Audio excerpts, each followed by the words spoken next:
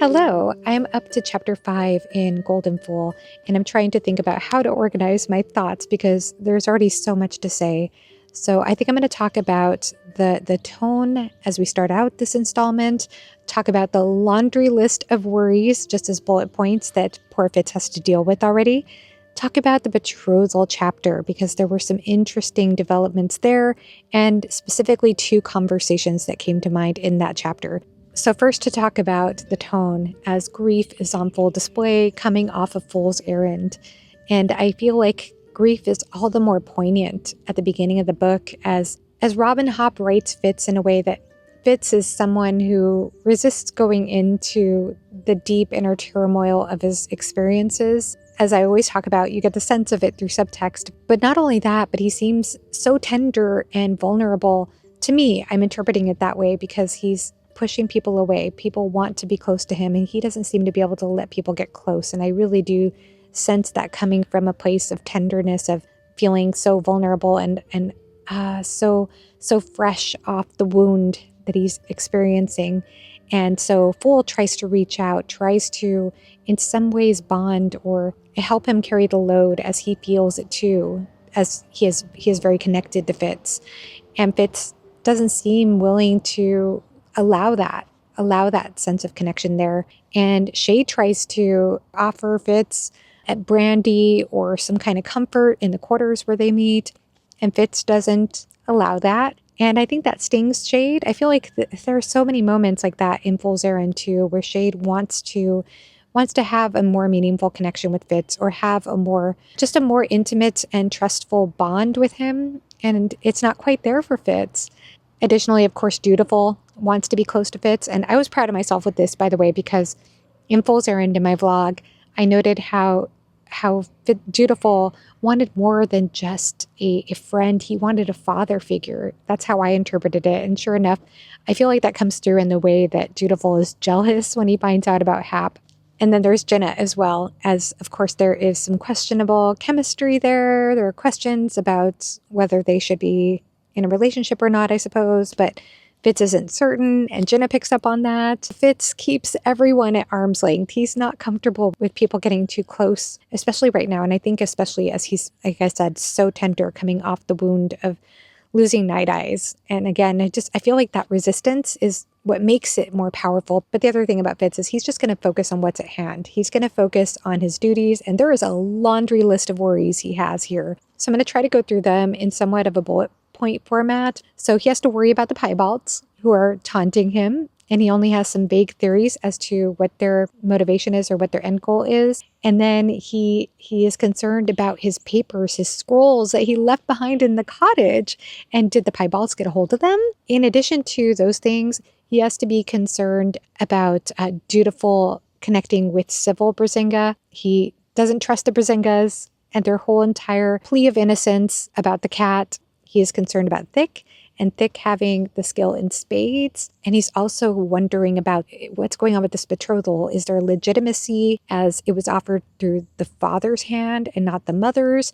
And yet this seems to be a matriarchy where they prize the women much more than the men. The mothers are the landowners, whereas the men are the warriors, but they prize the landowners, the women, more. So there's question about that. There's also some servant he spies on that he's wondering about. And then what's another worry? The biggest worry, I think, in the book, one of the biggest worries, is trying to maintain his identity or his disguise as Tom Badger Locke. Now, this was something that we had to be concerned about in book 1 in Fool's Errand, but at least in Fool's Errand, we were out of buckkeep for half the book. And in this book, I feel like he is tiptoeing around the grounds. Like he can't even take a shower without fear of being recognized. And he's recognizing so many familiar faces from even the Farseer trilogy, especially in that betrothal ceremony. Yet people are not recognizing him. And it's tense. It's tense that he is trying to maintain this facade. Obviously with Lord Golden, as the Fool is pretending to be Golden. Love the conversation there about how different Golden is than the Fool. I'm going to bring up that conversation in a minute. He also has Hap to worry about, but I don't think that is the biggest concern on his plate right now, concerning everything else, even though Jinna thinks it should be. But I want to go into the betrothal ceremony now. During the betrothal, we have Arkan Bloodbade and his people there, and they're all cheering him on as he like sweeps Kettricken on the floor. I just found that wild. I also found it interesting how Dutiful is trying to practice restraint when it comes to how he dances with the Narcheska. And I also loved the scene where he sees Patience, and wow, that was bittersweet because he clearly misses her. I loved when Chade danced with Patience on the dance floor. And also, he notices Rosemary. He remembers Rosemary, who betrayed him in the Farseer trilogy, and he wonders what she's doing there. And then he sees Chade dance with her. I suspect that she is the secret apprentice that Chade alluded to. He mentioned that he had a secret apprentice and he wasn't going to reveal who that is. It was probably best for Fitz not to know. I suspect it might be Rosemary, but we'll see. And then what else? Oh, it was just interesting. So many different people. I really like the scene when Starling's husband enters, the way that he's described as looking like a falconer with her on his arm, like a prized bird. I thought that was perfect. I love that description, even though I can't stand Starling. So those were all such fascinating moments. And I'm more and more curious about the Narcheska, the young girl, because it is so uncomfortable to me the way that she clearly doesn't want to be marrying Dutiful. That's not what she wants to do, but she's doing her duty and she's acting the part of a perfect little queen. The way she is so well mannered and always saying the right thing, it makes me so it makes me so unsettled because it reminds me of those beauty pageants with little girls. I always felt uncomfortable whenever I'd see those little beauty queen girls. Of course, you have the stage mom in the background. That's what it feels like to me. I get a very similar feeling when I see this, little girl, this 11-year-old girl, not allowed to act like an 11-year-old girl, but having to play the part of a queen. So unsettling. But from here, I want to go ahead and pivot to a couple of conversations that I found fascinating in this chapter too. And one of them has to do with change, as Fitz is uncomfortable seeing how much Buckkeep has changed over the years. And part of it he attributes to getting older. But then Golden has a conversation with him about how important change is and how certain conflicts can be avoided when cultures allow themselves to change. They're talking also about the Jamalian fashion influence, among other things. But I found this conversation, especially from Fool's point of view to Fitz, it, for me, had a bit of an echo to a conversation in the Live Ship Traders that Fool/Amber has with Althea about Bingtown needing to change and Althea not being comfortable about that. I felt like there was an echo there. And then another conversation was about Golden versus Fool. Fitz mentions how Golden reminds him of Regal, and Fool says something along the lines of that it proves this point that you can learn something from anyone you meet, and that the value of pretending to be someone who's vicious is that it will bring about a lot of rumors and a lot of things, a lot of secrets, a lot of information. Such an interesting conversation. And then the end of the chapter brings up one last worry for Fitz, which is that Nettle has found him through skill dreaming, and she calls him Shadow Wolf. She's not quite aware who he is. I don't think she quite understands what's going on, or she doesn't seem to know him exactly, but she knows of him and she feels his pain. And nothing could be more uncomfortable for Fitz than the combination of all those things. That it's Nettle, skill dreaming, finding him, and also being in tune with his pain. So fascinating story again so far. I can't wait to see where it goes, and I'll catch you on the next update. I think you get the best payoff reading it in all the correct order, or in publication order, should I say. Hello. Oh, thank you. That was right in my mouth. I don't know why he's so sad. He had a treat today. He's been for a walk. He's had breakfast. He's had it all. I don't know what could possibly be your problem. All right, I'm not that much further into the book, but I had to update what I read today. I read the chapter Shared Sorrows. So this is when Fitz goes to see Kettricken and she mourns Night Eyes with him. And it's so unexpected for Fitz. He didn't realize how much Night Eyes meant to her. He ends up crying, sobbing into her arms. The floodgates open up, the dam breaks. He actually goes well into his sorrow, into his grief, lets it out. And I think this is somewhat cathartic. I think he needed to go there. He needed to feel what he felt. And Kettricken helped him to feel safe doing that as she felt this deep sorrow over Night Eyes' passing. So I just thought that was so beautifully and poignantly written. Um, so emotional, especially because Fitz, like I said, up until this point, he's been resistant to letting people get too close. He's been holding it in. I feel he's very tender under the surface, and I feel like I needed him to experience that, to let himself go into the grief, and so he did. But they talked about several things. I'm not gonna catch every little thing, but they talked about Verity and how she almost feels Verity still present in her life even though he's gone. They talk about whether Fitz's mother was a mountain woman. She says she sees mountain blood in him, and I think she feels of the opinion that maybe this is where the wit came to him. She also asks any way that he can be more comfortable, any way she can make him more comfortable in his stay, what he might want or need, and he insists that he is comfortable as he needs to be.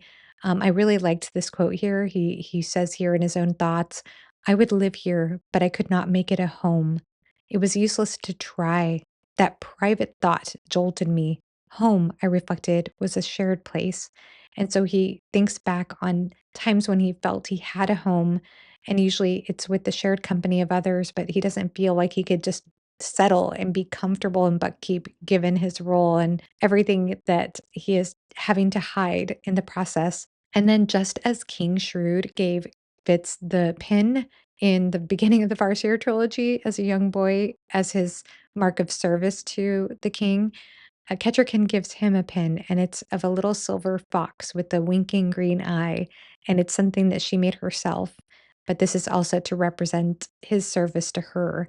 And I don't know the significance of that, but I just wanted to bring it up here as I think he feels even more loyal to her. It just confirms the loyalty he feels to her, though. I mean, that was already apparent to begin with. And then they discuss Rosemary because obviously Fitz is not happy about Rosemary being in the court. And Kettricken explains the backstory there and also explains in Rosemary's defense that she was only 7 years old when she was made to do Regal's bidding. And I thought that was significant. And this is not brought up in the book. It's not brought up in this chapter, but it makes me think back on Fitz, and especially I think with the pin scene, the famous pin scene, I think there's even an art piece of it. Fitz was so young when he made that oath to his king. I feel like that wasn't quite old enough to make a decision about that. How would he know any better? So how would Rosemary know any better at the age of 7? That's so young. So I totally understood why Kettricken would want to be merciful, but it seems like Fitz is not as merciful. He maybe doesn't see the parallel there or see the ways in which he was made to make certain decisions about his loyalties at that age or at around that age. I can't remember exactly how young Fitz was in the first book, but that parallel did come to mind. They also talk about the Piebalds, and she talks about how she knows that the Piebalds are after Fitz. He's not comfortable with her knowing these things. And she explains how she wanted to have a more firm hand in fighting bigotry against the witted and about united with the witted leaders against some of those piebalds who are assaulting people. And yet Shade held her back because he's of the belief that stability should be prioritized in order for any justice to occur. But it's really interesting hearing her position about this as it seems to relate to what we learned from Laurel later on, which I'll get into here in a minute. But I just loved this whole chapter. It was beautiful. And the moments of tenderness, the moments of love that runs so deep between these two and, what they've shared, the grief they've shared. I mean, they share grief over Verity, but now over Night Eyes. And then in the next chapter, Fool is envious of Kettricken over this, but he admits that much of the grief he feels for Night Eyes is through his special connection with Fitz.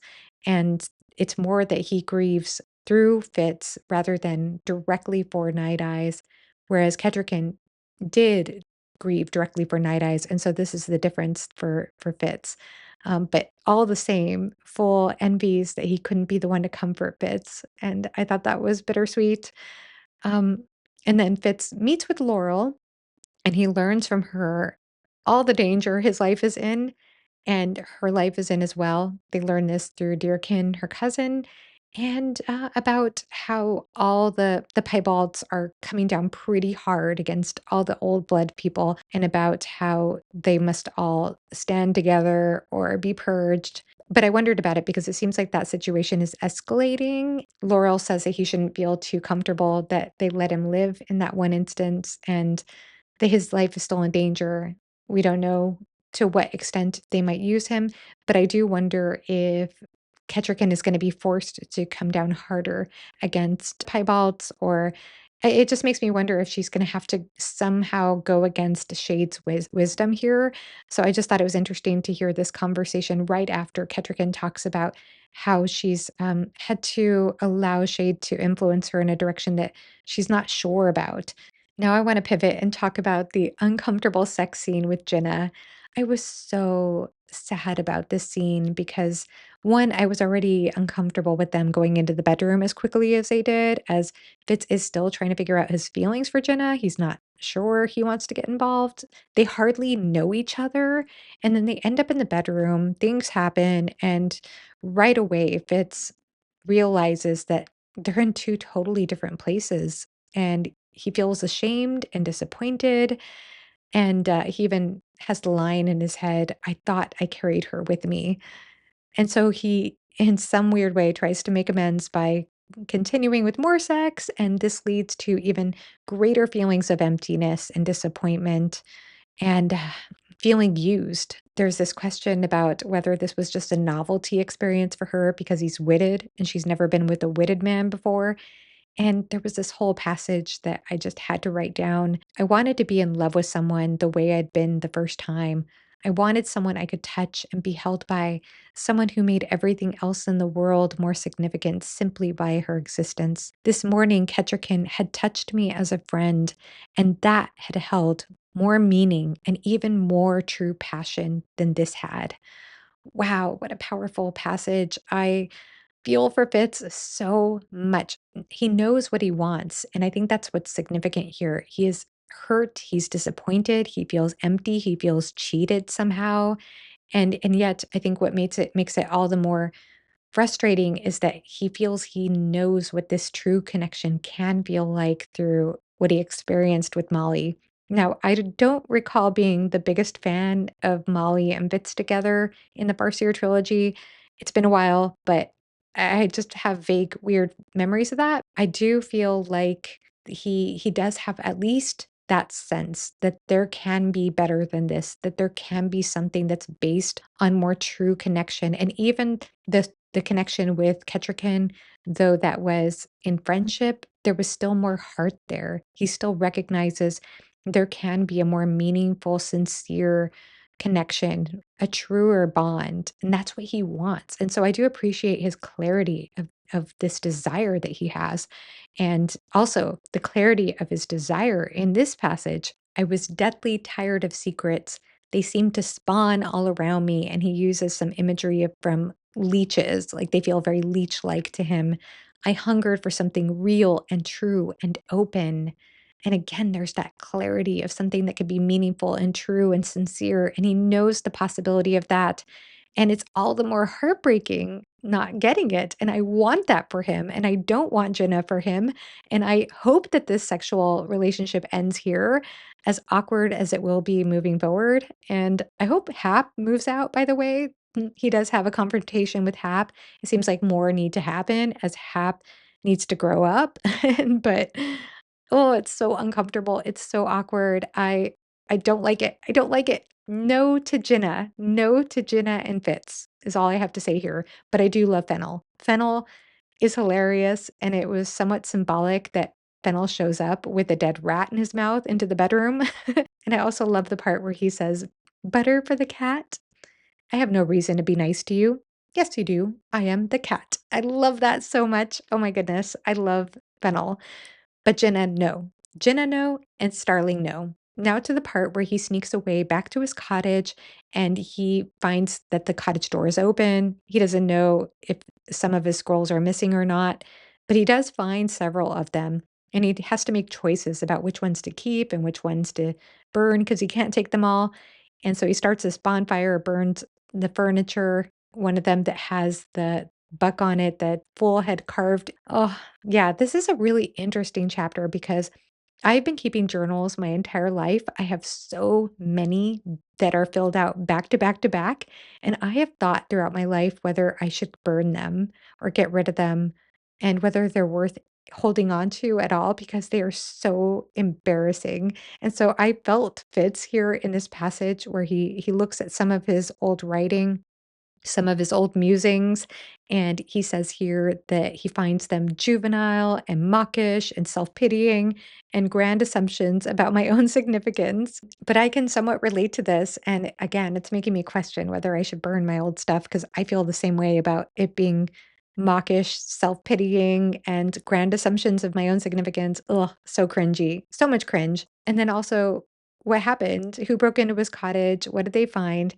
And then also with the scrolls that he is taking back to Buckkeep, are those in danger of Dutiful finding those or learning more? I guess I'll find out. So that's where I'm at right now, and I'll see you in the next update.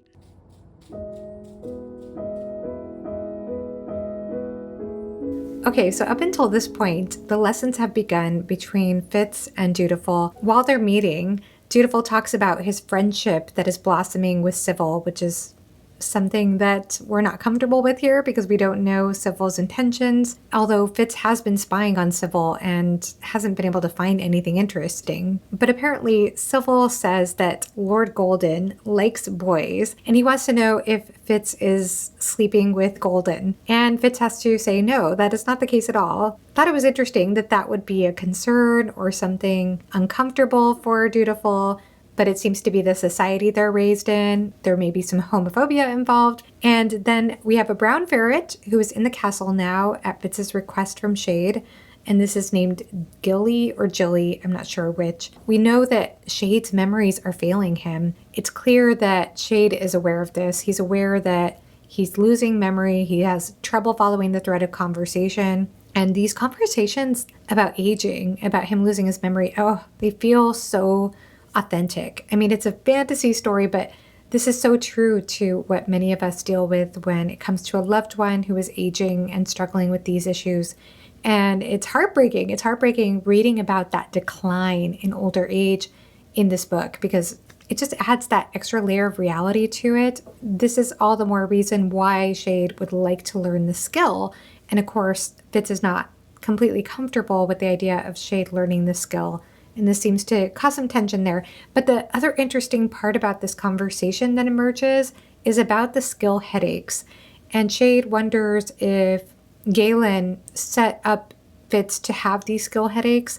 Like maybe this was something that was added on to Fitz's abilities, that this wasn't natural to using the skill. It was very curious because I think Fitz said that he noticed that there was a certain point in time when the skill headaches began, that he did not remember the skill headaches always being there when he used the skill from the first days.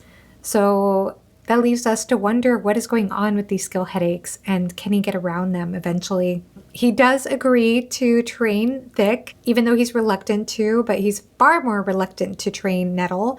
At the same time, he has a secret desire to see Nettle there at Buckkeep, but he's not going to risk that. He's far more inclined to teach Thick, which is going to be challenging since Thick doesn't like Fitz. And also, Nettle has been skill dreaming still. I think I mentioned that in a previous update, but it's still a problem.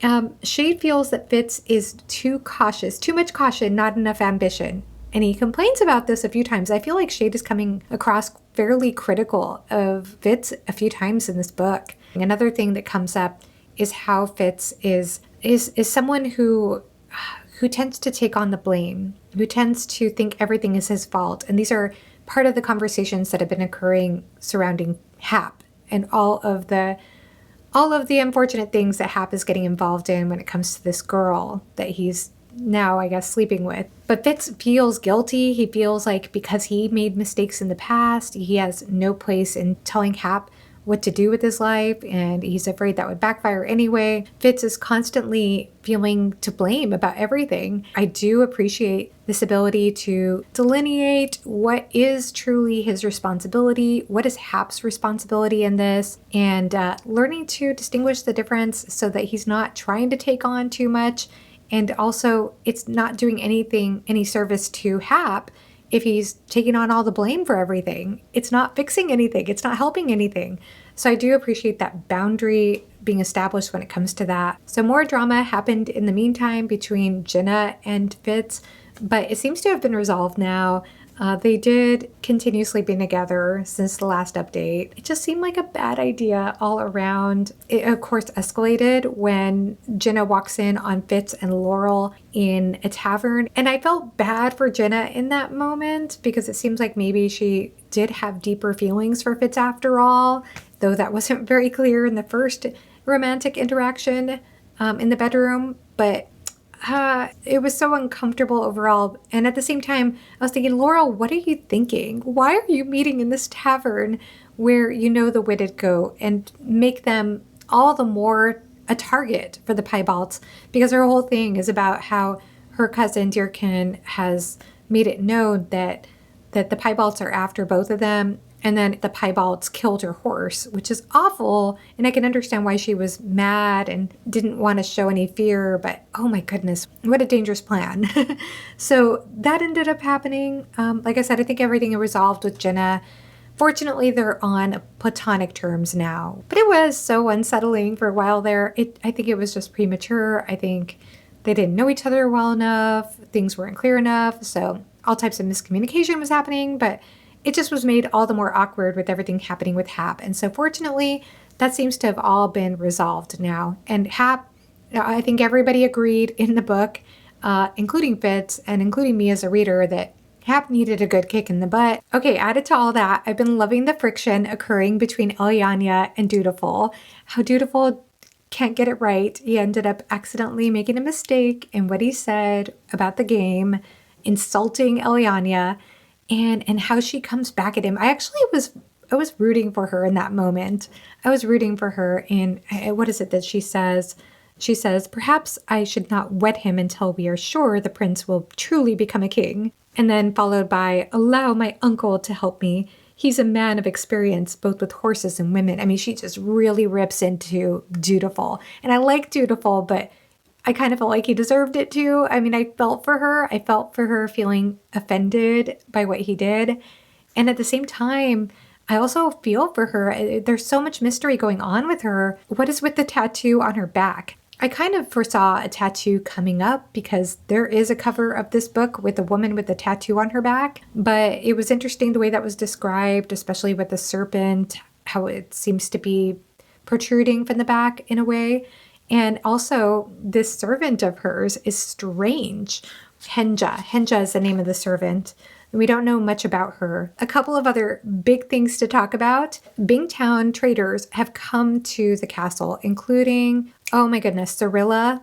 Yes, Cirilla and Selden and Jack. And this alliance that might be forming between Buckkeep and with Bingtown, and how that might interfere, or it seems to be interfering, obviously, with the betrothal happening at the same time. As much as that was interesting with the gift ceremony and Selden insulting Kettricken about their dragons, as interesting as all that was, I loved the part with Jack.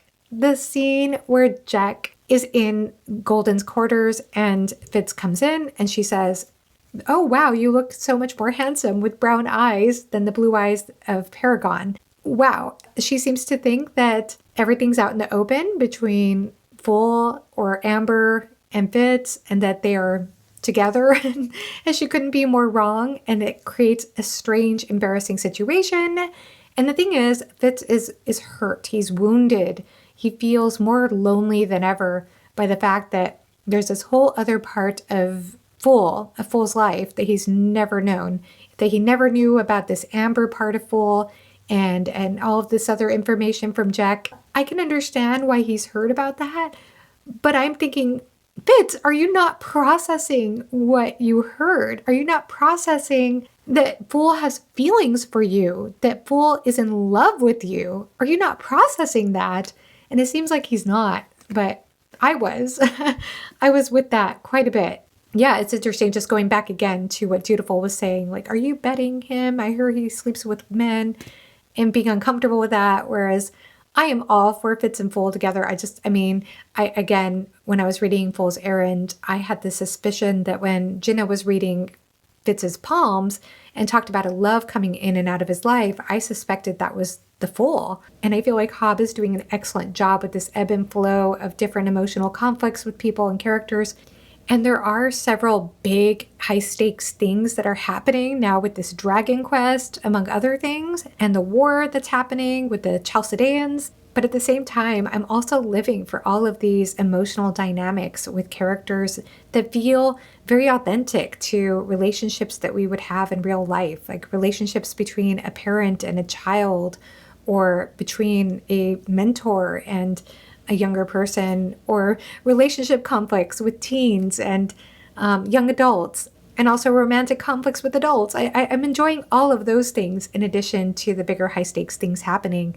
So that's what I have for now in terms of my feelings, my heart breaking over all of the things that are happening. Again, just really truly tuning in to the way that Fitz is processing information, the way that he feels lonely, the way that he feels like things are his fault, and he's trying to learn how to separate that. He's trying to learn the movement of relationships. There's so much I'm loving, and I'll update you again when I get a little further. Here's a Khaleesi. Hi, Khaleesi. All right, I am back with my next update for Goldenful. And before I go further, I want to backtrack to some things that happened before the halfway point, things that I brushed over in my last update, but that I didn't go into with as much detail as I now want to. And so I'm going to backtrack to the confrontation with Molly. And I don't know, by the way, if I'm going to cut these things out of the last update so I could just go into more detail here. I'll decide that later. But there was a confrontation with Molly. Molly approaches Fitz, and she's pretty upset that he got upset, that she didn't tell him about having a husband. So she basically gaslights him for that. And of course he should be upset, but in her mind, she was completely innocent and that he's the one who's being horrible to her. And she goes on to insult him by saying that maybe his master has influenced him with his Jamalian ways. And we know that this is quite the insult to Fitz because he already doesn't like the Jamalian influence and Buckkeep that's going on. But then she goes further and she asks him if maybe all these years she's been wrong and maybe the Fool is male, and suggesting that maybe there's something there between them. And obviously he's very upset about this because of the confrontation with Jack that made him all the more sensitive about this. But from there, she goes on to say that he is shaming the Farseer name, I'm paraphrasing here, and asks him who he saw all those nights they were together in his mind. And he yells at her. He has a moment of weakness and he yells at her, "It was Molly, you stupid." I am not personally fond of the word bitch when it's used in dialogue, especially from a male character to a female character, especially in a patriarchy. And this is not the only book where this has bothered me. I know there is a gray area with the word bitch. I acknowledge that. Yet most of the time when it's used, even in this case, it bothers me because I can't help but feel a misogynist tone to that. And I say that, and I know that Fitz had a moment of weakness. I know he was angry. I know he was incredibly provoked in that moment. But I still felt uncomfortable with it. And I know Fitz regretted it as soon as he said it. And of course, we all have moments of weakness. We all have moments where we say things that we wish we hadn't said. But I think that was clearly a misstep for Fitz in that moment. And it was uncomfortable for me as a reader. Later, after that confrontation with Starling, Fitz has a conversation with Chade. And in this conversation, Chade talks about what Fitz symbolized to Starling. I love this part because in this exchange, Chade explains to Fitz, "You're not some bastard she's known for 15 years. You are Fitz chivalry farseer," and goes on to paint the grand tale of Fitz's story and what that signifies to Starling, how he's played a heroic role and how she's a minstrel and how that is so symbolic and important to her and her fame and glory. But what I especially love is that after hearing this, Fitz's response is, "It seems a fine tale to hear you tell it in that way, with none of the dirt and pain and misfortune." And Chade says back, "It's a fine tale, even with the dirt and pain and misfortune." And I think that is so meta because, of course, the whole entire tale is the Farseer trilogy. And we love that tale because we love Fitz. I imagine we all love it if we're reading this far into the realm of the Elderlings. But we love it all the more because of the pain and dirt and misfortune. So I thought that was clever on Robin Hobb's part. And the other thing I want to backtrack to is the end of chapter 13, because I failed to talk about how I felt when I got to the banquet scene and I got to the end of that chapter. Because for me, it read to me like the end of an opera act, like the end of Act 1 or the first half of an opera, when the music gets so heightened and climactic and there's so much tension in the air and you're left going to intermission wondering what the heck is going to happen next. And I'm sure musical theater does the same thing, by the way. But I felt like there was so much buildup, so much drama that happened at the end of that chapter. And it ends perfectly at about the halfway point in this book. So the things that I'm talking about include the Narcheska challenging Dutiful to bring the head of Icefire to prove his manhood, and then him challenging her back to come and accompany him. And then Fitz in the background spying on all of this while Selden seems to be skill listening. And then Fitz trying to use the skill command on Dutiful, I guess accidentally. And then Dutiful realizing what's happening, realizing or becoming aware of the skill command, severing it, and then getting angry at Fitz. It felt so high energy. It felt so high drama. And again, it felt to me like the perfect end of the first act or first half, I should say, of an opera. Just so well done. All right, now I'm going to update up to chapter 16. There is a heated exchange between Chade and Fitz because Kettricken sends a message through Chade to Fitz that Nettle is to be brought to Buckkeep and to be trained in the skill by Fitz. Fitz is pretty upset about this. He doesn't want Nettle to be a sacrifice. He doesn't want her involved in all of this. But also several things. One is that we learned that the skill is far more vast and powerful than any of them had imagined. I think that's been hinted enough throughout the series, but the scroll seemed to go further with that. And secondly, Fitz has a string of moral questions when it comes to the skill and how it should be dealt with, the ethical decision making when it comes to the skill, with questions such as, was it right to teach another generation the skill and preserve it in our world? Was it right to let that knowledge fail and pass beyond humanity's reach? And he goes on to ask more questions about what should be done about this, or who should have the right to the skill. Is this going to cause greater danger for all? There are so many interesting ethical questions here. It made me think a little bit about the conversation that Fitz has with Jinna in Fool's Errand, when Jinna talks about whether she tutors somebody in her craft, that she would want to make sure that that student truly understood that skill very well. There's a huge responsibility here as the skill is so powerful. And this not only matters for Nettle, of course it matters quite a bit when it comes to Nettle for Fitz, but it also matters for anyone involved who's going to learn this magic. And third of all, when he's pondering all of this, he's holding on to the fox pin. I thought it was significant that he was holding the fox pin that Kettricken gave him, and I thought that was significant. When Shrewd gave him the pin, when he was in the Farseer trilogy, he didn't question things. He didn't question his king. He didn't question authority. He did what he was told. I think as a kid, he didn't realize he had any other choice, and he probably didn't. But now, as he's older, I think he's coming around to knowing that, or having this awareness of his own decision-making when it comes to these things. Ultimately, he decides he's against it, but right up until that point, he hears a voice in his mind that says, you always chose to be bound by who you are. Now choose to be freed by who you are. When I first read that, my first thought went to the Fool, but Fitz identified that as Night Eyes, which is interesting. I don't know what the answer is to that, but it was interesting, and it seems right at that moment, Fitz decides, he has clarity, and he decides, no, I'm going to send the message back to Kettricken that I will not have Nettle involved in this. And Chade seems to get pretty upset about this. He feels anger and unfairness that he was denied that opportunity as a kid. And I think that seeing Fitz deny that opportunity to Nettle, it brings up some of that past wound for Chade. So I think this was all pretty significant because to me, it showed how the Fitz of now is different than the Fitz in the Farseer trilogy. Through the scrolls, Fitz also learns about a message that was sent to Buckkeep in which somebody knew that he lived. The witted bastard lives, and he doesn't know exactly why Chade didn't tell him. Chade later tells him that it was because he wanted to get him on to the mission to find Dutiful. I wondered about that because there's a point in conversation at some point where they're talking about Rolf, and Fitz has it in his head that he wants to go and find Rolf when Chade says Rolf is dead and that he tracks important people. So he found out about that. I wonder about that. It crossed my mind whether Chade actually killed Rolf, because I don't think that Chade would be above doing something like that. And if Rolf knew Fitz's identity, it seems to me like it's something that he might have done, especially with this knowledge, if the timeline works out that way. Chade ends up leaving Fitz with Thick, and this is not a responsibility that Fitz wants, but he ends up doing his best trying to bribe Thick.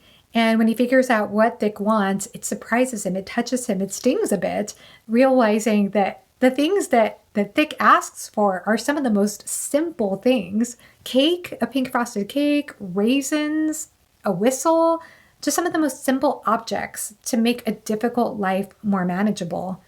And he has some reflections about how Shrewd offered him an education, but he never promised him his love. And only later did Shrewd give him his love or care, but that Thick has probably never known love as long as he's lived. And so it's bringing to mind, I think, some aspect of privilege and some painful truths about this guy, about Thick. Now I'm going to go on to the most emotional part of the book for me so far, and that is the confrontation with Fitz and Fool. When Fitz confronts Fool about this whole Amber discussion that Jack brings up, and I just think that Fool's responses here are so perfect. They're elegant, they're from the heart, but they so perfectly and succinctly put pure emotion into words. And I love these sentences. I went ahead and printed this whole exchange practically, and I reread it so many times. But there's that response that Fool has. His words were faint. We know what is real between us, Fitz. What others may wonder about should remain their issue, not ours. Oh, I love that because it's true. What Starling thinks doesn't matter. It doesn't matter. And then going on from there, this other part just gets to me so much.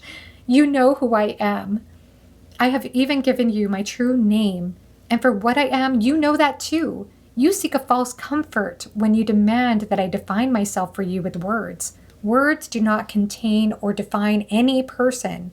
A heart can if it is willing, but I fear yours is not. You know more of the whole of me than any other person who breathes, yet you persist in insisting that all of that cannot be me. What would you have me cut off and leave behind? And why must I truncate myself in order to please you? I would never ask that of you. And by those words, admit another truth. You know what I feel for you. Let us not, you and I alone here, pretend that you don't. You know I love you. I always have. I always will. And then Fitz, his response here. He goes on to say he loves him too, but not in that unnatural way. And I love Fool's response here. I think this is the line that broke me, by the way. I love you, he said quietly. I set no boundaries on my love. None at all. Do you understand me? This was such an emotional exchange, and a couple of things come up in my thoughts reading this. And one of them is that I feel as though whether we think Fool is female or male or both, and I think that Fool's love transcends all of that. Just recently I was learning about pansexual identity and how those who identify as pansexual, they love, and it's a romantic love, regardless of sex or gender identity. And I feel like Fool's love signifies this in a sense because it doesn't matter. It doesn't matter even to the Fool. It is the impression I get about sex or gender. It's more about loving the person through and through. Fitz wants things so compartmentalized, and this is not the way that Fool sees things. Even when it comes to compartmentalizing a person, Fool does not see things in that way. That line about about what would you have me cut off and leave behind? Why must I truncate myself in order to please you? And I would never do that to you. I think that's pretty profound. The second thing I have to say, and before I get to the second thing, I'll just say that I love the Fool with my whole heart, and I completely side with the Fool in this exchange. And yet, the second thing that comes up in my thoughts, there is part of me that does wonder about Fitz's perspective, because Fitz felt cheated by Starling, and we, I think as readers, at least I felt as a reader, cheated by Starling when Starling refused to tell Fitz about her husband. She lies by omission by not telling him that she has a husband. And that seems like a pretty horrible thing to do. And yet with the Fool does not tell Fitz about Amber. And so it seems like a very similar blow to Fitz. But in my mind as a reader, I think of Fool as in the right and Starling as in the wrong. But is that fair? From there, Fitz acts very stupidly in this exchange and talks about this other person, Garetha, and asks why he doesn't give his love where it would be welcome. And Fool, at that point, is very hurt and says some pretty insulting things back about how he would never stoop that low and use somebody the way that Fitz would. This exchange hurt so much. Now I'm going to go on to talk about Fitz approaching Kettricken about the Nettle situation, which fortunately Chade did not pass down the message to Kettricken and allowed Fitz to do this himself. And I thought it was pretty interesting how Kettricken, in her body, in her posture, how she seemed to be so stressed with all the worries on her plate. And it made me think about the beginning of this book, how at the beginning of this vlog, I was noting the list of worries that Fitz had on his plate, but to be queen of Buckkeep, to be queen of the 6 duchies, actually, it seems like she has so much to worry about when it comes to the Piebalds situation and the different duchies and that situation, and what else? The ice fire quest that her son is now on, and the betrothal with this unpredictable Narcheska. There are so many things that are on her list of worries. And it's during this scene that Fitz approaches her, and they have this discussion about Nettle. And I thought it was a pretty interesting discussion because Kettricken, she saw this whole entire situation with Nettle as the skill being part of who she is and not something that you could subtract from her identity. And even saying something along the lines of Nettle being an heir to the Farseer line, as she is Fitz's daughter, which was a bit unexpected, honestly. But it seemed like she was not seeing Nettle as a piece on the board to manipulate or to use or exploit. It was more like this is acknowledging her true identity. And I think that the way that Kettricken so gracefully explained this made me think that Fitz was going to cave. I thought that Fitz was going to cave and allow Nettle to come to court.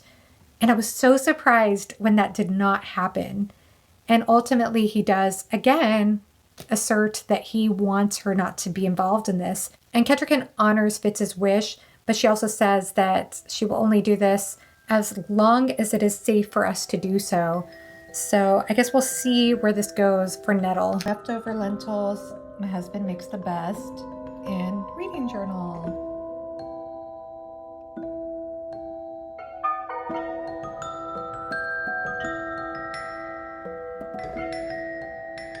I'm going to give you an update up to chapter 18 where I'm at, and it's very likely that this might be the last update up until when I finish the book. There's a winter storm on the horizon, so I don't know if I'll be able to film between now and then, but I'll do my best.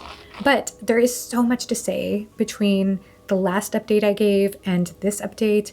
Okay, so first of all, we get Burrich's son, who is 10 years old, trying to seek asylum with Kettricken. He runs away, not even telling his parents, and of course, Kettricken and Chade are there. Fitz is watching this. He's spying on this situation. And the son explains that he's one of a twin and his twin doesn't have the witted. He doesn't want to stay in his place. He wants to be there in Buckkeep where he could be witted, be himself, and not be beaten for what he has. That I guess him having shown signs of the taint on him, so to speak, has made Burrich very uncomfortable, is what we gather from this exchange. And then Burrich comes in and, of course, feels embarrassed about his son coming here. He also shows signs of age. I want to say that Fitz noted signs of cataracts in his eyes. But what was sad and interesting in this whole exchange was not only Burrich's perspective of the witted magic, but how that directly ties into his misunderstanding of what happened to Fitz. It becomes very clear that he has such a disdain for the witted magic, and he really thinks that this is what ended up killing Fitz. He feels that because Fitz was witted, that was what caused him to go into this animalistic nature and essentially get killed by a forged person, because he ended up finding the corpse of a forged person, I think that Fitz killed, and it had Fitz's pin on it. So he thought that was Fitz, when it wasn't. Fitz, in fact, did become more animal-like in his witted magic during that time, but he pulled himself back into being a man, and he escaped that death. But it seemed to benefit Fitz for Burrich to believe otherwise, to believe that Fitz was dead. But it's also heartbreaking because he sees how heartbroken Burrich is over this whole entire situation, how heartbroken he is that Fitz apparently died according to his false narrative of what happened.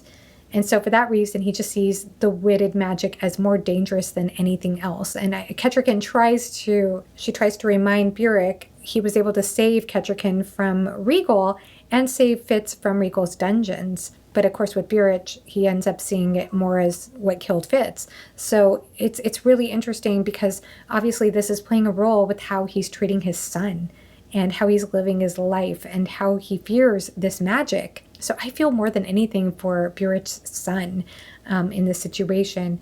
And of course, it's hard for Fitz to see the grief that Burrich has endured all these years thinking that Fitz is dead. And then, of course, Kettricken and Chade give Fitz the option. You can go ahead and let him know that you're alive. It's up to you. What a decision to have to make. How do you come forward and tell somebody who you loved, who loved you, who has thought you dead for so many years, hey, I'm not dead after all, I'm alive? How do you do that? How do you have that conversation? So this seems like a lot weighing on Fitz, and he goes to the tavern, and he ends up getting in a tavern brawl with Hap's girlfriend's father. I'm going to butcher some more names. Savajna's dad, Rory Hartshorn. And so they get in this brawl. Of course, Fitz doesn't have time to escape it, but Rory Hartshorn is just embarrassed by the fact that Hap is sleeping with his daughter. And so they get into it. The officials come, pull them apart. Fitz pays the fee so he doesn't have to go be locked up. And poor Rory does not have the money. And then Hap happens to be walking along then, and he ends up trying to pay the fee. But of course, Rory won't have it. The officers take Rory away. And then there's this fantastic exchange between Hap and Fitz. And in that exchange, they talk about love. They talk about whether a love such as the one that Hap shares with Savajna can wait, and that he claims it can't. A love like this can't wait. Now to go to the situation with Dutiful, Thick, and Fitz. And I think one of the things I find most fascinating about this whole situation is the power dynamic and the power balance, because of course Dutiful is a prince and Thick is a servant, but not even an ordinary servant, but the lowliest of servants, the servant that people ignore. His mother even used witted magic to make him disappear, which is so interesting about his mother, by the way. And he has learned to use witted magic to make himself disappear and just be ignored, dismissed, discarded. And yet he's having to rise up to the role of student, whereas Dutiful is having to humble himself to the role of student. And they're both having to grapple with this idea of being one another's peer, which is awkward and weird. But it's important, especially as we find out that Thick is so powerful with the skill. And he's able to create that music that everybody hears. But then we find out the other thing about Thick, and that is that he is a spy for Lodwine and the Witted. We think it's Lodwine. I don't know if that's been confirmed exactly, but I know that's what Fitz and everybody suspects. But yeah, he's been bought for pennies. He's been bought. I think that's the key word too. He was bought by the Witted for pennies in order to give away information about dog stink, as he calls Fitz. So interesting. And of course, he and Dutiful are trying to play along like, oh, that's so interesting. Oh, You're going to meet with them on wash day, which is tomorrow. Oh, of course. Trying to play along with this game, but then Fitz's whole agenda here is to win rather than buy, to win Thick, and win him through, of course, with Dutiful's help, giving him gifts, such as he already got him the whistle, I believe, at this point, but the peacock feather and pink cake and raisins. It's so many little items, a red scarf, that are so meaningful and important to poor Thick, because he doesn't even think to ask for more than that. It's just the simple little things to make a difficult existence bearable. I think I've mentioned that in the previous update. But it is a form of using him. They are using him. Even though Fitz does seem to feel a certain type of empathy for Thick. For example, when Dutiful calls him or asks him, was your mother half-witted like you? Something along those lines. Fitz immediately feels a sting for poor Thick, and he immediately thinks about what it felt like to be called a bastard. It's troubling him that Thick is treated the way he is, that he's lived the way he is. He's certainly building empathy for Thick, but he is using him. If Thick was not useful to Fitz and Chade, he would still continue to be discarded. And that's the sad part about this too. Regardless, he is going to play an important role, as we probably could have figured out from day one. But of course, with this information, Fitz right away wants to go to Chade. And by the way, I knew it. I knew that Rosemary was the secret apprentice. That's pretty much confirmed at this point, I think, unless we find out that that was not actually the case and that Fitz is guessing at that wrong. But it looks like it is the case, because her face was seared or singed thanks to the explosion magic that Chade used, which caused the same for him, caused his hearing to go out a little bit for a while. Fitz calls a meeting with Full and with Chade, and thankfully Full has the powders and things to make Chade look normal, but it's hard to have this exchange with Chade and with Full, because Fitz right away notices that Full is acting normally with Chade, but he's still playing the role of Golden, still keeping his distance from Fitz, and it stings a bit. I love the line, and I don't know if I brought it up in the last update, because I just don't think I did, because I was so caught up on so many other lines. But there was that line, we could have gone all our lives and never had this conversation. Now you have doomed us both to recall it forever. There's such a sting to that, because I think all of us have been in the experience before where the words have come out of our mouth and we can't take them back. And they've done their damage. And Fitz damaged Full in that last exchange that they had together. So obviously there's going to have to be a path of forgiveness. And I'm very curious how forgiveness is explored in this series, how they repair what's been damaged. But back to this whole entire situation with the Witted. Although Fitz wants to go and kill a bunch of Witted folk, Chade says we can't do that. We can't do that without compromising Kettricken's word to the Witted, because she's already tried to form a delegation that can help to try to figure out the issue with these problematic persecutions that are occurring, to try to see if they can figure out a solution.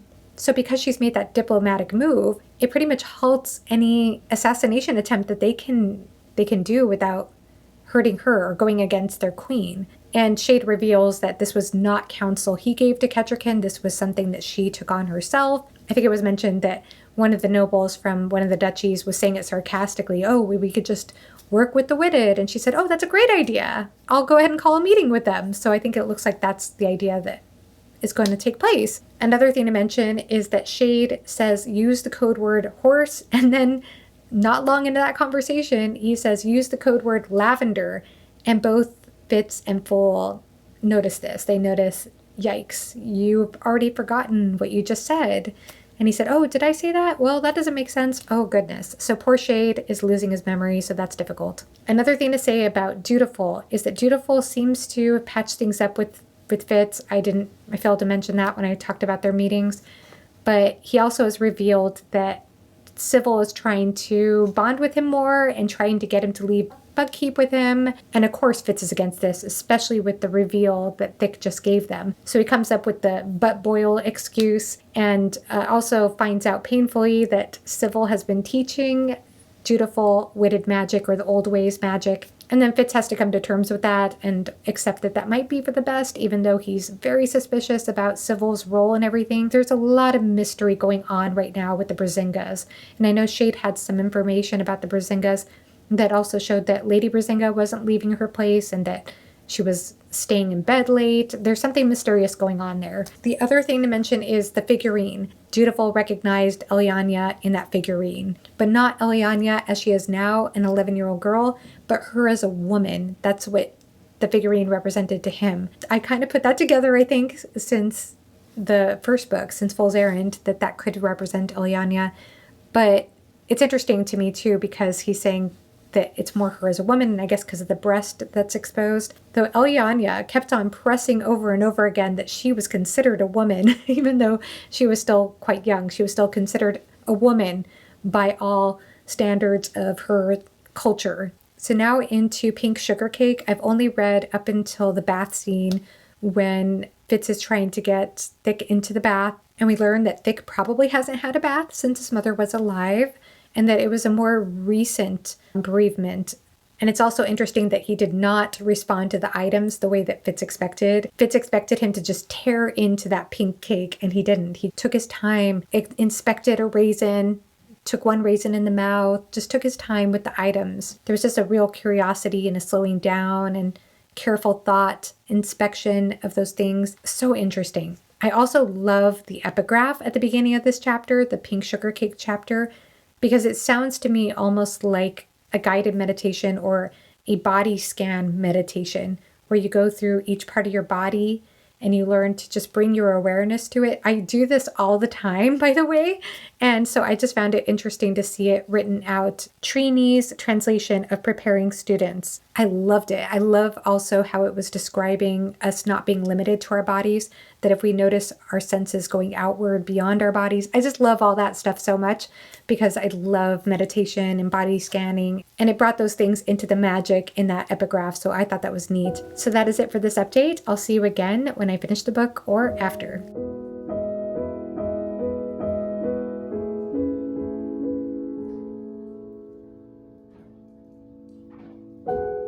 Hello, I have finished Golden Foal, and I'm trying to think about how to organize my thoughts for the last quarter of the book because so many different developments happened. So I'm going to talk about some of those things in broad strokes, but then I really want to focus in on the theme of acceptance of another person, changing relationship dynamics, how that plays a role in how we accept others, but also some of the more poignant things that happen to wrap up this story. So first of all, some of the broader things that have happened since my last update. So first of all, the whole entire debacle with the loud wine situation, how Fitz ends up murdering in order to rescue Sybil, and as a result, he ends up getting quite a bit injured.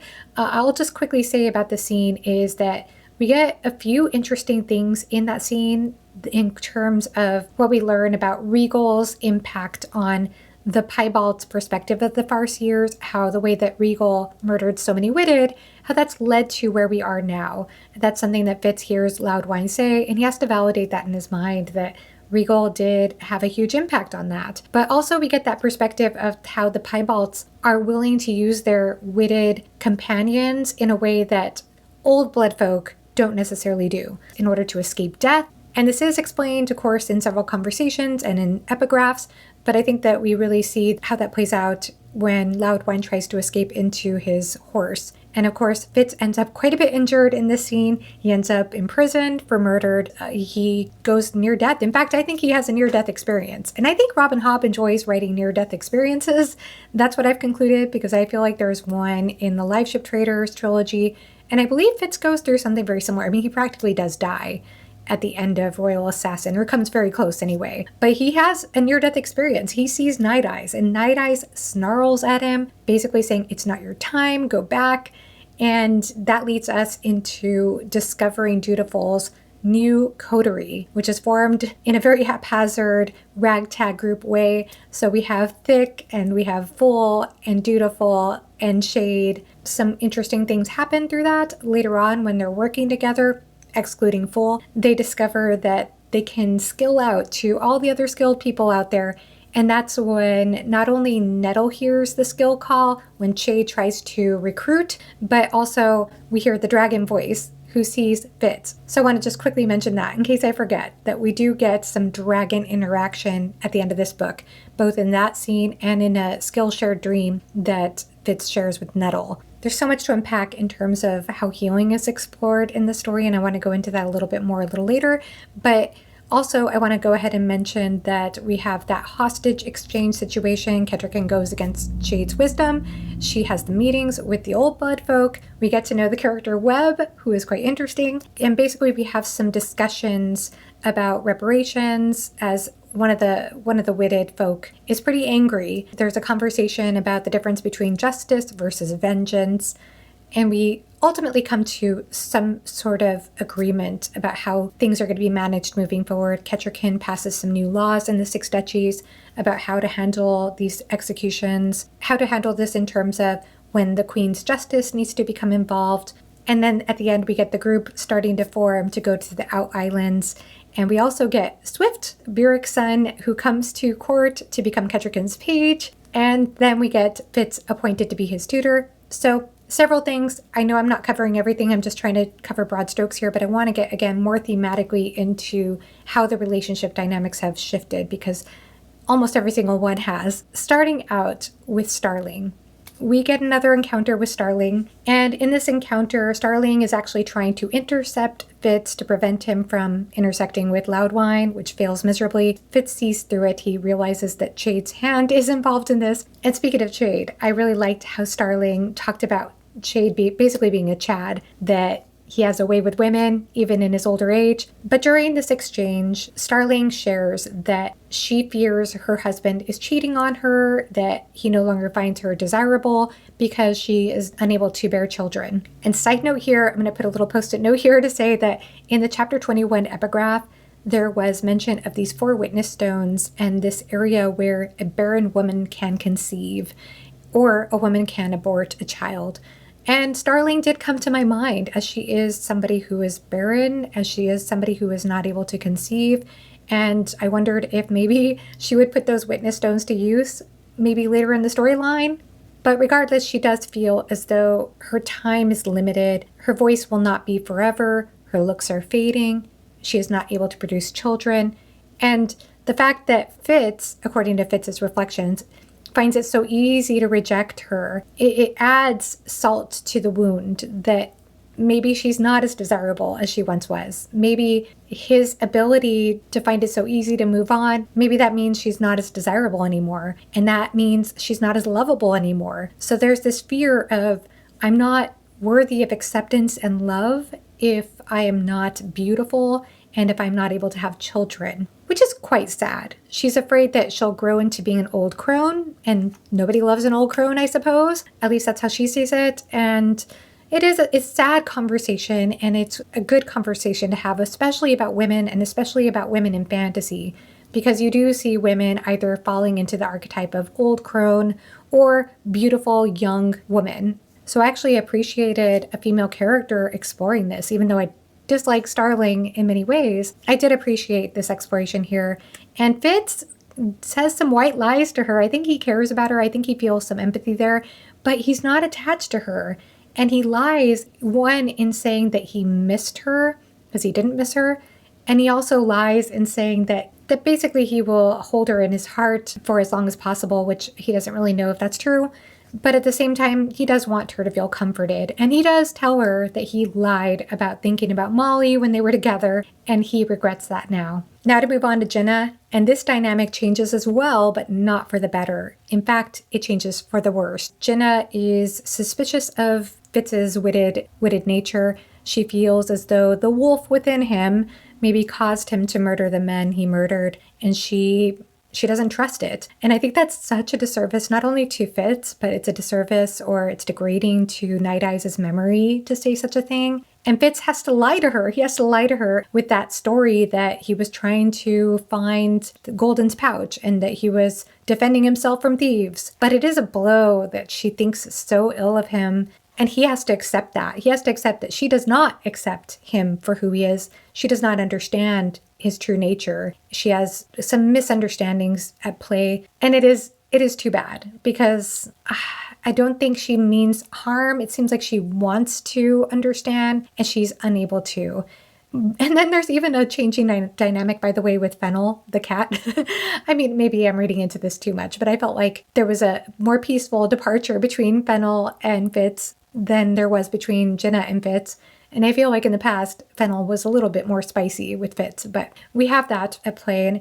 And then going on from there, I should go ahead and go on to Hap. Hap has been crushed. He has been dumped for a traitor, and Fitz has to pretend empathy in the situation. I say pretend empathy. I mean, it's not that Fitz fails to have any empathy for Hap, but Hap believes that Fitz is empathetic because of the way Starling treated Fitz. He says, oh, I bet you understand. Now I know how you felt when Starling said what she did or did what she did.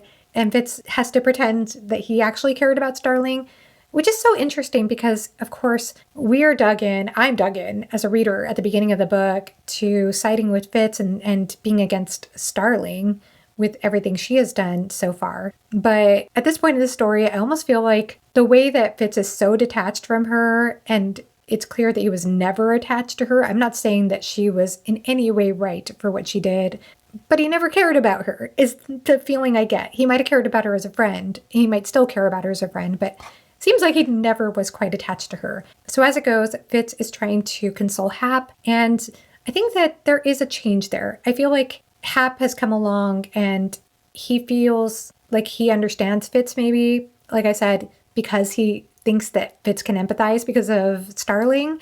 I feel like there's a maturity there, there's a shift there, and of course they've gone through a lot in this book, and it seems like they've come out on a better footing, I guess. But that said, I believe Fitz decided not to tell Hap that he's going to be taking off to the Out Islands, so we'll see if that causes any tension between them. And although I'm talking about relationship dynamics with Fitz, the relationship dynamic between Starling and Fitz, and Jinna and Fitz, and Hap and Fitz, and about accepting people for who they are, or coming to a new dynamic in the relationship, I want to say that so much of this book felt like it explored sex and trust and ego at the same time. And you can even see that in Hap's storyline with his relationship with, I cannot remember her name now, Svajna. I cannot remember how to say her name. I apologize. But with his girlfriend, there was so much ego there with, our love can't wait. We have to be together. He trusted her, and that did not go well. I feel like he misplaced his trust in this woman. And Jinna was of the opinion that the second that the traitor left, that she would go back after Hap. But I feel like this comes up quite a bit. It comes up in Fitz's relationship with Starling and Fitz's relationship with Jinna, and even some of the conversations between Fitz and Fool. But I'm going to shift to a place where this doesn't apply, sex, trust, and ego, and that is to the coterie. I mean, there is some ego there, but we'll talk about Chade first. There has been such a shift in the dynamic between Chade and Fitz with the healing situation. There was so much about healing when it came to Fitz's restoration, when it came to the coterie renewing his body, pulling him away from death. Fitz recognized and even found through certain scrolls that the skill does not heal the body, or he doesn't consider it true healing.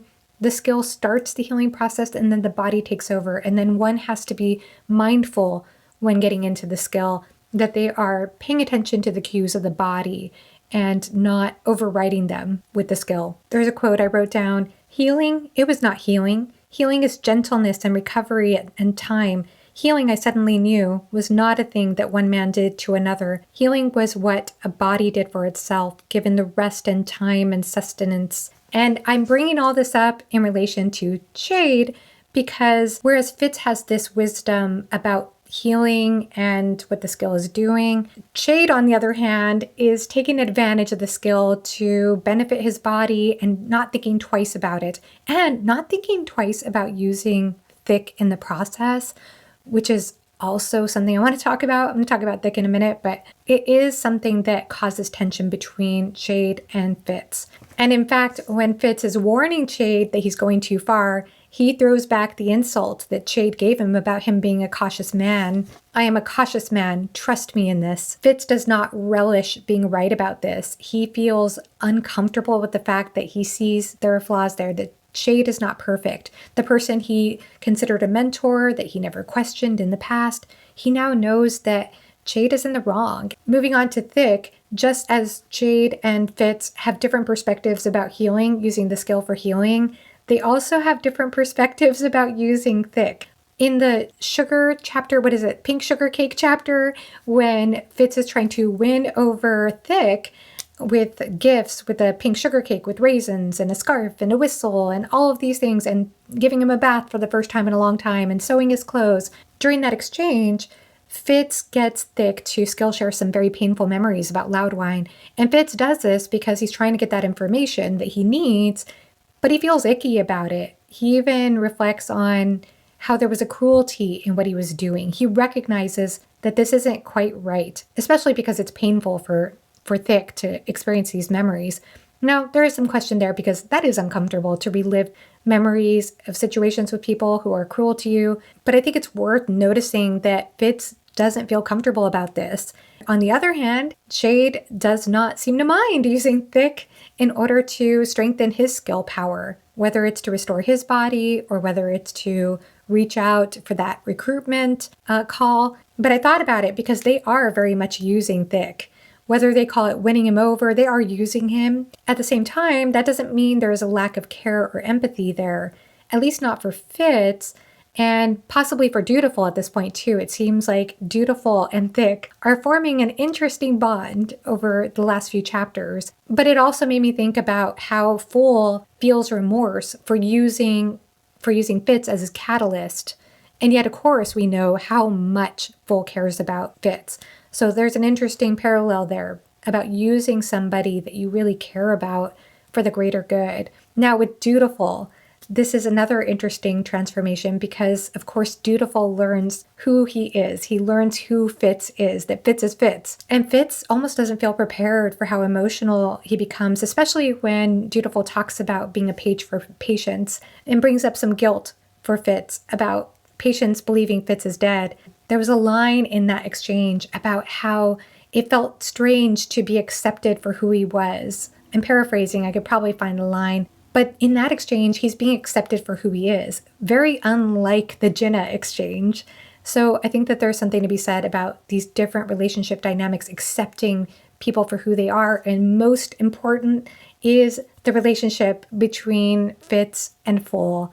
Now, there are about 3 different exchanges that happen in the last several chapters since my last update that happened with Fool. One of them happens in which Fitz brings the feathers from the beach to Fool, and it doesn't seem to spark much of a change in Fool, maybe because he waited so long. It's a little bit unclear why that doesn't really shift, but I appreciated that it didn't shift the dynamic because although Fool did find the feathers extraordinary, I think many people are disappointed when they try to use gift giving in order to reconcile a relationship. I don't think gift giving always works.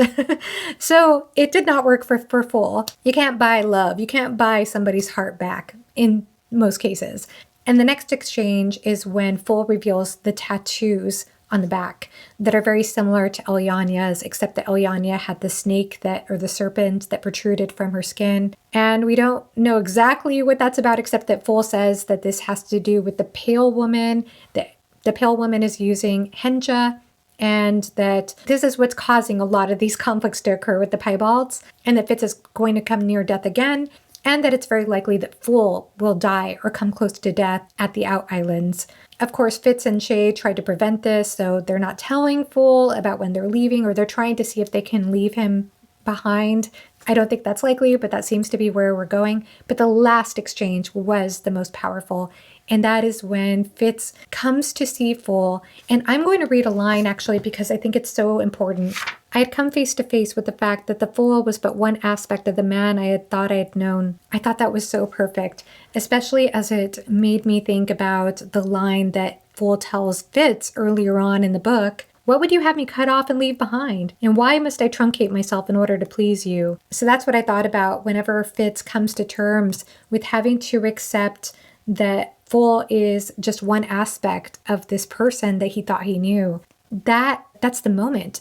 The moment of accepting that seems to be when the door opens between them again. he goes in to see Full, and he expresses remorse over the things that he wishes he had never said, which I'm so glad he feels remorse over that, because that broke me earlier in the book. And when he uses the word beloved, that right away sparks joy in Full. And it seems like they do restore their friendship at that point. I have one more thing to talk about, and that actually might fit this theme of whether you can accept somebody who you care about but who has changed or who has done something that is not aligned with how you think of them. And that has to do with Swift, Burrich's son. Swift comes to court, as I've mentioned, becomes Kettricken's page. And the way Fitz frames this in his thoughts is that Burrich discarded his son. He uses the word discards, which is quite severe. And this is because Swift embraces being witted, whereas Burrich never wanted to see that side of Swift. Burrich wants Swift to be somebody who denies that part of himself, because of course we know that Burrich is scared based on the history with Fitz. So it comes full circle. But I think it's going to be really interesting to see how that develops, the relationship between Swift and Fitz moving forward. And the epigraph was so poignant, especially as it talks about these historical cycles, how history repeats itself in a sense, and that in our attempts to correct wrongs or errors, it causes that repetition to occur. So whereas Fitz's father by blood left him in the care of another man to be his father, who was Burrich, Fitz ends up leaving his daughter, Nettle, in Burrich's care. And then in turn, Fitz takes on a son who is not his by blood, Hap. And now Burrich's son comes to Fitz. And it seems to be this cycle that is perpetuating. So that concludes this update. I'm going to come back one more time to wrap up my final thoughts on this book, because I feel like there is so much to process and I need to sit with this just a little bit longer.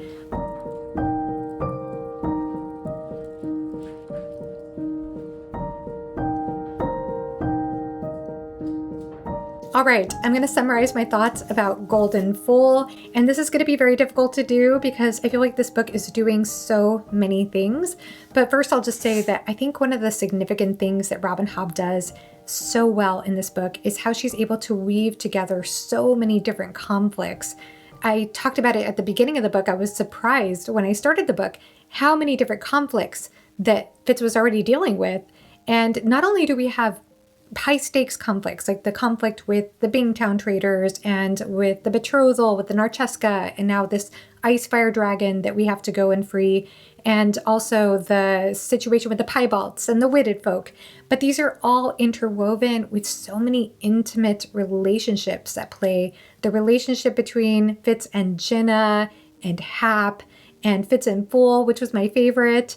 And I thought it was pretty interesting how often sex and trust and shame was explored in some of these interpersonal relationships.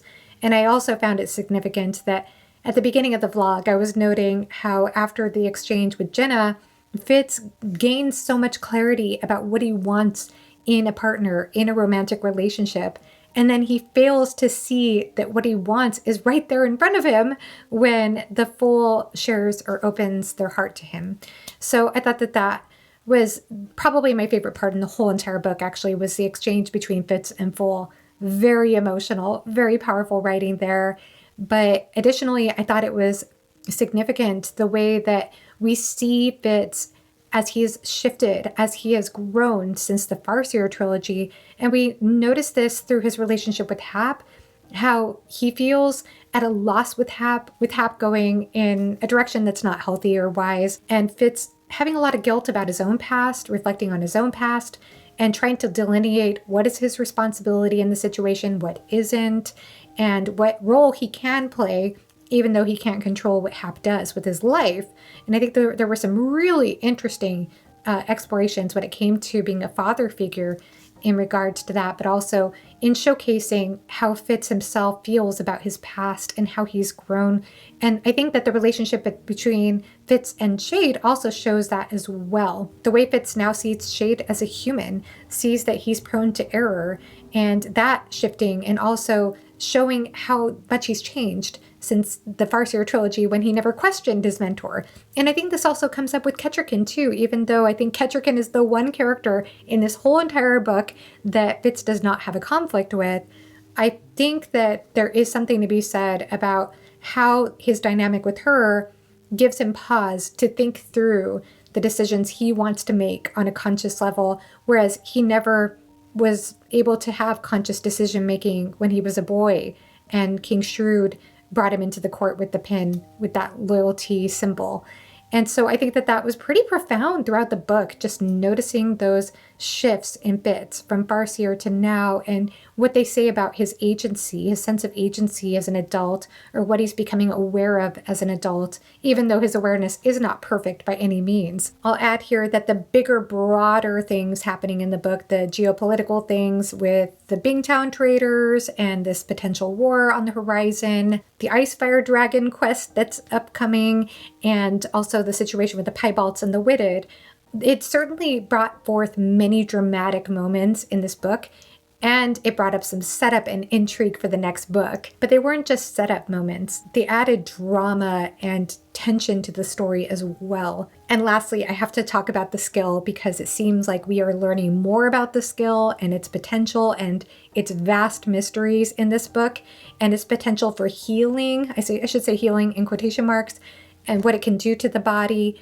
and the ethical questions that arise when it comes to using the skill for those purposes, but also the implications of how the skill should be used for future generations, the limits that should be employed when it comes to teaching the skill. While those were all interesting to explore, I found it also interesting that the skill seemed to have its greatest potential, or reveal its greatest potential, whenever characters were all on an even playing field, if you will, when the power balance became even, where it didn't matter if somebody was the prince versus the bastard versus the lowliest servant in Buckkeep. When they were all working on the same level, it seemed like it produced its greatest results. And I think that's interesting considering how many different relationship dynamics happen in this book. But I think that the theme that stuck with me the most in this book was that of acceptance, that of learning to accept somebody even if parts of them remain hidden to you, or whether they can accept you if parts of you remain hidden to them. If you keep information from them, as Fitz keeps part of his identity hidden from almost everyone, trying to either be Tom Badgerlock or not even revealing certain things about his past as Fitz, and additionally, the ways that he is not able to know certain things about Fool as Amber, how that fits into the story. So I think that acceptance of self really stands out to me as well. There is so much to unpack in this book, and I did the best I could for this vlog without going on forever, but I would love to hear your thoughts in the comment section below, because we can continue talking about it if you want to. Please let me know your thoughts, and thank you so much for watching. Have a great rest of your day. Bye-bye.